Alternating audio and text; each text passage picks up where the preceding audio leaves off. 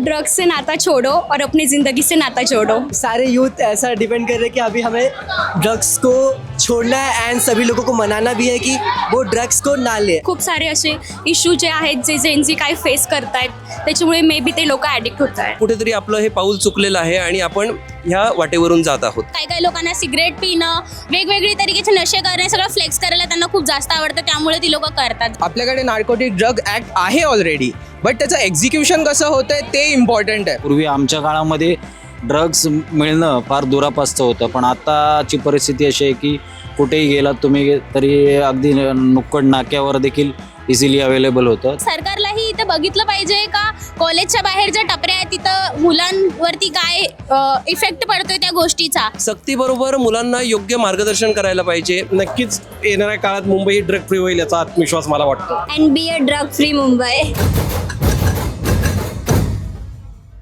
नमस्कार, मराठी मूडमध्ये तुमचं खूप खूप स्वागत। आज आपण आलो आहोत महाराष्ट्र शासनाच्या अतिशय कौतुकास्पद उपक्रम ड्रग फ्री मुंबई इथे। या उपक्रमामध्ये वेगवेगळ्या शाळा आणि कॉलेजेसचे विद्यार्थी, त्यांचे शिक्षक तसंच पालक हे सगळे जोडले गेलेले आहेत। तर या जेनझीला ड्रग्स विषयी काय वाटतं, त्यांची मतं काय आहेत, आपण जाणून घेणार आहोत त्यांच्याचकडून। चला तर मग बघूया वरळी डोमचा आजचा मूड कसा आहे।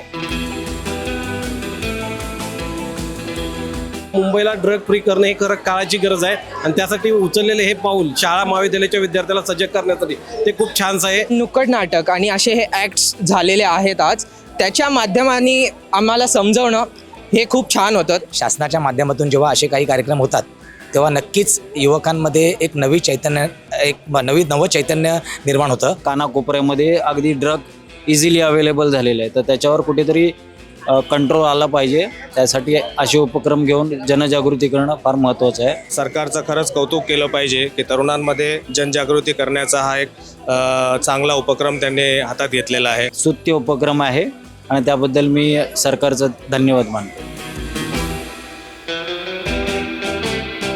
विद्यार्थ्यांना कशा प्रकारे मार्गदर्शन करायचं आणि ड्रग्सपासून कसं मुक्तता मिळाली पाहिजे त्याबद्दल भरपूर माहिती मिळाली आणि पुढे आम्ही भावी पिढीलाही ते मार्गदर्शन देऊ शकतो। याच्यामधून आम्ही हेच शिकलो की आम्ही नशापासून दूर राहिलं पाहिजे आणि फक्त दूर नाही राहून जे दुसरे करता आहेत किंवा आपल्या ओळखीचे आहेत त्यांनाही याच्याबद्दल जागरूक करावे आणि त्यांना थांबवावं। आजची जी नवीन पिढी आहे त्यांना बरंच काही म्हणजे माहिती वगैरे सांगितली आणि त्यांना अवेअर केलं की पुढे जाऊन तुम्ही असं काही करू नका। आपले मेन सीएम आले होते, त्यांनी ही ज्या गोष्टी सांगितल्या आम्हाला त्या खरंच पटल्या आम्हाला। अभी हमने एक शपथ लिया है, से नो टू ड्रग्स। सो सारे यूथ ऐसा डिपेंड कर रहे हैं कि अभी हमें ड्रग्स को छोड़ना है एंड सभी लोगों को मनाना भी है कि वो ड्रग्स को ना ले। शपथ घेतल्यामुळं एक जबाबदारी झालेली आहे की प्रत्येकाची की आपण आता ड्रग्ज घ्यायचं नाही आणि घेणारा जर असेल कोणी तर आपल्या संपर्कात जो आलेला आहे त्याला पहिली जबाबदारी आहे की त्याला ते घेण्यापासून परावृत्त करणं आणि त्याला चांगला नागरिक कसं घडवता येईल यासाठी प्रयत्न करणं। हा जो इनिशिएटिव्ह घेतलाय तो इनिशिएटिव्ह अतिशय उत्तम। येणाऱ्या काळामध्ये मला असं वाटतं की देशात प्रत्येक ठिकाणी प्रत्येक राज्यामध्ये हा इनिशिएटिव्ह होणं गरजेचं आहे आणि हा इनिशिएटिव्ह अशा प्रकारचे इनिशिएटिव्ह जर घेतले तर नक्कीच पिढीला आपण आपल्या पिढीला एक चांगला मेसेज देण्याचं काम करू। त्यांनी एक स्कॅनर सुद्धा दिला होता आम्हाला जेणेकरून जर कोणी ड्रग्सचा यूज करत असेल आपल्या सोसायटीमध्ये बिल्डिंग्समध्ये तर आपण त्यांना ते स्कॅन करून त्यांना सांगू शकतो की इथे म्हणजे ड्रग्सचा यूज केला जातो आणि त्यांनी एक हेल्पलाईन नंबर दिलाय 1933, त्याच्यावरती आपण इन्फॉर्म करू शकतो त्यांना। नक्कीच येणाऱ्या काळात मुंबई ही ड्रग फ्री होईल याचा आत्मविश्वास मला वाटतो। मे बी आजकालचं शेड्यूल परत आपण जे सोशल मीडियावर बघतो, डिप्रेशन्स, लाईफ प्रॉब्लेम्स, खूप सारे असे इश्यू जे आहेत जे जेनजी काय फेस करतायत त्याच्यामुळे मे बी ते लोक ॲडिक्ट होत आहेत। तरुणांमध्ये सध्या जे ड्रग ॲडिक्शन आणि बाकी जे अंमली पदार्थांचं जे सेवन आहे आपण डे टू डे लाईफमध्ये न्यूजवरती दरवेळेला हे बघतोच आहे। विपरीत अशा गोष्टी आहेत त्याबरोबर आपण घेत असतो आणि त्याचं अनुकरण करत असतो आणि हे अनुकरण करता करता मला असं वाटते कुठेतरी आपलं हे पाऊल चुकलेलं आहे आणि आपण ह्या वाटेवरून जात आहोत। काही लोकांना खूप कूल वाटतं ते करणं, काही लोकांना सिगरेट पिणं, वेगवेगळी तरीकेचे नशे करणे, सगळं फ्लेक्स करायला त्यांना खूप जास्त आवडतं, त्यामुळे ती लोक करतात जास्त करून।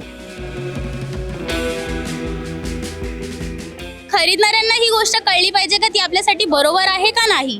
आणि दुसरी गोष्ट, सरकारलाही इथं बघितलं पाहिजे का कॉलेजच्या बाहेर ज्या टपऱ्या आहेत तिथं मुलांवरती काय इफेक्ट पडतोय त्या गोष्टीचा, तर त्यांना ती गोष्ट बंद करायला हवी आहे. कारण कॉलेज वगैरेच्या बाजूमध्ये तुम्ही लोक अजून त्यांना हे प्रिव्हिलेज देत आहेत का तुम्ही तिथेच जावा तिथेच करा सगळं, ते हे सगळं त्यांना बंद करायला हवं आहे. आपण नाटक वगैरे केलं सादरीकरण तर त्यांना जास्तपैकी चांगलं समजेल. मे बी ते हेल्दी लाईफस्टाईलकडे जाऊ शकतात आणि मेडिटेशन वगैरे, परत ड्रग्सच्या आपल्या लाईफवर काय इफेक्ट्स वगैरे होतात ते सर्व जाणून ते ड्रग्स ॲडिक्शन सोडू शकतात. म्हणजे मेन विकतायत ना, जे लोक बनवतायत त्या लोकांना पहिलं तर बंदी घातली पाहिजे. सरकारने खूप जास्त चार्ज केला पाहिजे त्यांच्यावरती. फिलहाल तो मतलब कहना कि सरकार को ड्रग्स को ये जो बनाने की परमिशन देते हैं वो भी बंद करना चाहिए, क्योंकि जब बनेगा ही नहीं तो वो बिकेगा कैसे. कायदे तर आताही कडकच आहेत.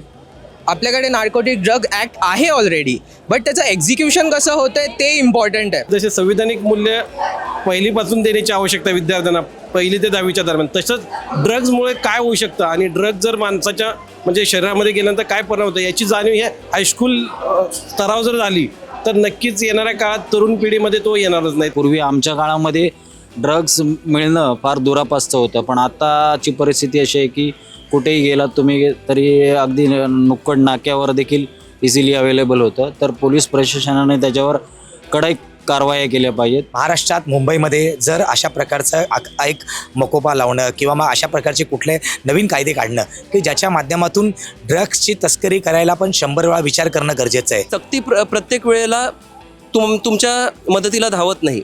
सक्तीबरोबर मुलांना योग्य मार्गदर्शन करायला पाहिजे, त्यांचं समुपदेशन व्हायला पाहिजे आणि त्यासाठी वेगवेगळ्या ठिकाणी समुपदेशन केंद्र देखील सरकारने स्थापित करायला पाहिजेत.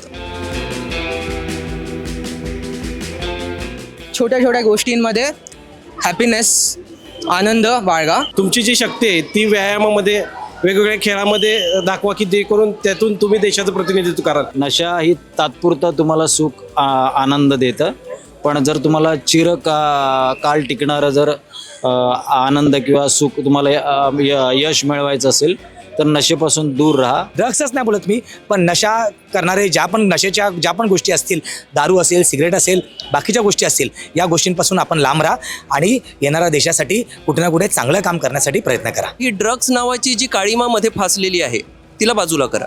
ती काळीमा जर बाजूला गेली तरच तुमचं तेज जे आहे ते जग बघू शकते. हर एक गोष्टीमध्ये पुढे राहा पण नशामध्ये पण नका राहू. You should always be practical and say no to all this stuff. And be a drug free Mumbai. Drugs से नाता छोड़ो और अपनी ज़िंदगी से नाता जोड़ो.